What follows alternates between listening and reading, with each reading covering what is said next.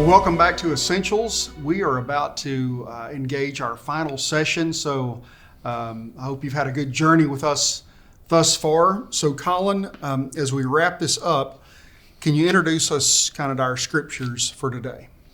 Well, this is our last session, and so with these final two readings, we're no longer moving from story to story, which we've been doing over the last 10 weeks. We're really asking a different question, and that is, what do all these readings mean together? Mm-hmm. We've seen exile, we've seen what it looks like to live faithfully in the midst of exile. We've looked at return and how disappointing return can be at some times. But Isaiah 52 and Ezekiel 47, they're not here to add more detail to that story, but again, to interpret this whole experience that the Jewish people had. So as we kind of step out of just going along with the narrative and look at some interpretive things about what we've been doing, what is Isaiah trying to tell us? Well, Isaiah 52 is a moment of transition. Babylon has fallen, Persia's in control, the people are being sent back home. So the question isn't what is happening, but again, what does it all mean? And you might wonder, the people could be wondering, is God just reversing some political disaster? But Isaiah is saying, no, he's doing something much deeper and revealing something more profound. And that's why the central announcement in this chapter is not, you're going home. The central announcement is, God reigns. And the idea in this chapter is that the return of the people, it's become a sign of something. It shows that Babylon did not have the final word, but rather God stands behind his promises, even when everything else falls apart. And so restoration for Isaiah is meant to be seen and will be seen, again, by all the nations. Isaiah talks about that. In other words, Isaiah is saying God is using the restoration to reveal the type of God that God is. So that's great, because it's starting to directly relate to us. Within this, why would Isaiah call this, we hear this term good news all the time. Talk to us about good news. Well, Isaiah calls this good news, not because somehow Israel got it right finally, and now they deserve to come back. But rather it's good news because God remains faithful even in the midst of failure and exile. Right? God restores his people anyway, even though they still don't deserve it. And so it's not that they deserve a second chance, it's that God doesn't give up on his people when they fail. And again, Isaiah says the ends of the earth will witness this power, a power that doesn't abandon broken people.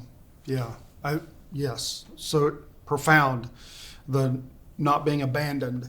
Well, so we've got Isaiah. Does Ezekiel have anything kind of to add to that or connect to it? Yeah, Ezekiel, it's a great reading to pair with this because it really deepens everything we've said.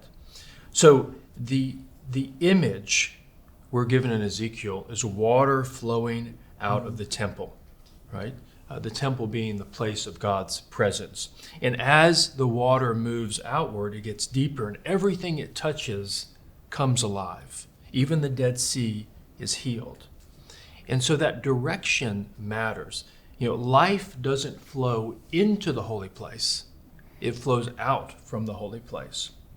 And so restoration doesn't remain in a city or a building or a people like Israel. Rather, God's presence is going to move out to what's barren and broken. This is what God does. And so Ezekiel here in this passage, he's showing us the shape of God's reign, that it moves out and gives life. So together, they're making the same claim that restoration was never just about returning to what was.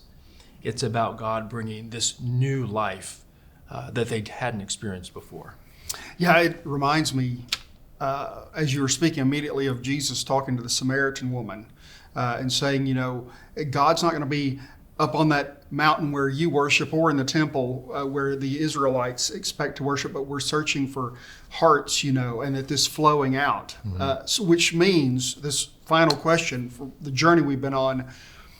This has been interesting for Israel, Isaiah, Ezekiel.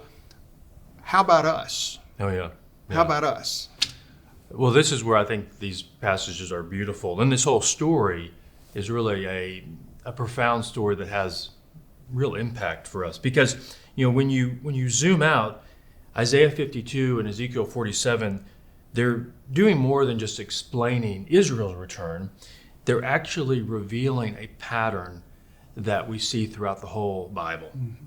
Because the truth is, exile did not begin in Babylon. It began in Eden, right?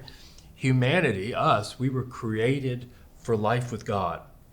And then, we know the story, we were driven out into a world marked by separation, suffering, and even death. And so in a sense, the whole scriptural story is this long story of exile and return.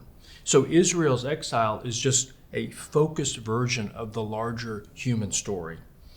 And so when Isaiah announces, "Your God reigns," and when Ezekiel sees life flowing out of the temple, they're not just talking about one nation going home. They're pointing to God's commitment to undo exile itself. Yeah, thank you for wrapping that up for us.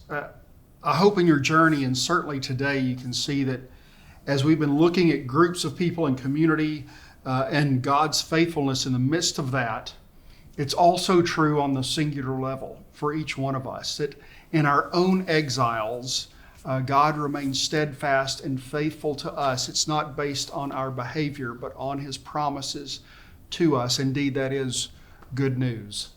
Well, I hope you've enjoyed our Essentials sessions and study this far, and we look forward to joining you again in the fall. I hope your conversations are fruitful. We'll see you again soon.